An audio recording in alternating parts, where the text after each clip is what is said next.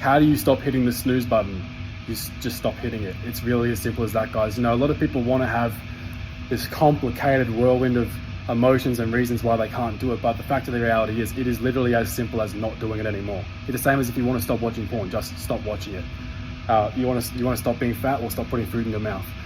Now, obviously, there's a lot of feelings and a lot of sometimes traumas involved, or limiting beliefs and excuses, and that's where I think the real crux of our problems are. We have to identify what causes us to break on our why, on what means most to us. Like, for example, for me, I used to struggle heaps when my kid would jump into my bed in the morning. I'm like, as a single dad, when you barely get to see your kid and you have her warmth, like hugging you and holding you, like, damn, I don't want to get out of bed, it's 3 a.m, it's cold, and she's so snuggly and like grabbing onto me as I'm trying to get out of bed.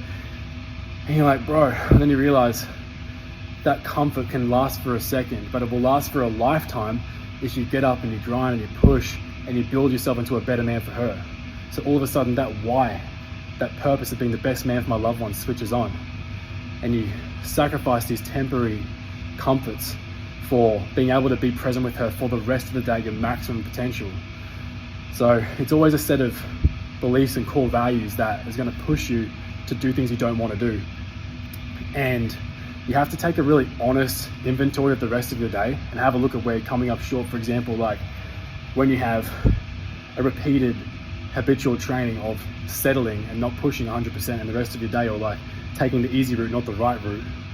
That comfort is training an ability before you go to bed to not get up on time, to not push for your goals. So you can have all these dreams and these goals and these visions and trying to be the best, but unless you're willing to train that ability with like the really small details throughout the day, doing what's right, the right path, how are you gonna have that ability show up in the morning?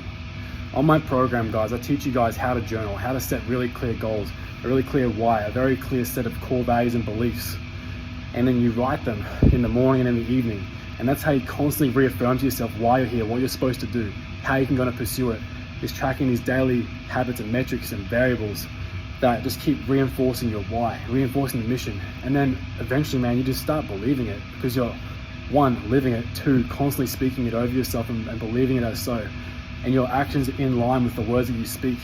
And when you have that alignment, for lack of better words, and then you can't help but want to keep getting up early, and it's a snowball effect of belief and confidence. It just keeps building on itself and allows you to seize the day. So it's always going to be your purpose and your mission that's much further beyond you, that's going to push you out of bed and push you to be consistent and push you to be accountable to yourself. When you make it about you, you quit. It has to be bigger than you, man.